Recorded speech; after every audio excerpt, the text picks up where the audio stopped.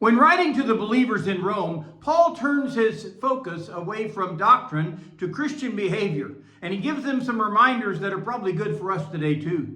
Good morning, this is Pastor Ernie Lewis of the Blue Point Church in Sisney, Illinois, with your thoughts for Tuesday. In Romans chapter 12 and verse 10, Paul says, "Be kindly affectionate to one another with brotherly love, in honor giving preference to one another." Paul is reminding us to be kind. The idea of being kind means caring. It means being sympathetic or even compassionate. The idea of gentle or thoughtful. When we hear of someone being kind, or we maybe even think of a kind person, generally a person's face shows up in our mind that exemplifies kindness. Or perhaps we think of Jesus, who stepped in where others wouldn't. Blind Bartimaeus sat beside the road in Mark 10, crying out to Jesus, and his disciples and others advised him to be quiet and not bother Jesus. But Jesus called for this man to be brought to him. And with compassion for his condition, Jesus said, "Go your way, your faith has made you whole."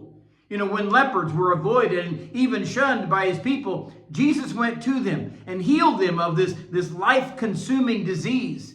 When Jesus saw the multitudes in Matthew chapter 9, the Bible says he was moved with compassion and he saw them as sheep having no shepherd.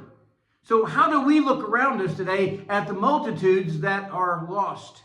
Many see others around them as wanting what we've got, or maybe troublemakers going to stir up something at a moment's notice. Paul said, "Be kindly affectionate," demonstrating a warm love for others. Of course, this is a command within the church and its members, but it should also be shown to the world that doesn't know Jesus. We are commanded to have brotherly love.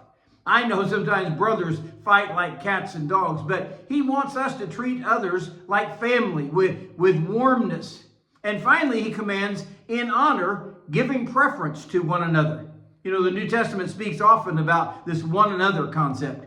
You show me a love and respect, and I genuinely return that love and respect. It sounds simple. It certainly sounds Christ-like, but it's not really that easy. When Jesus said, "Love your neighbor as yourself," he knew we had each of us held ourselves in such high esteem, a high level of self-love. We need to give that preference to others around us today.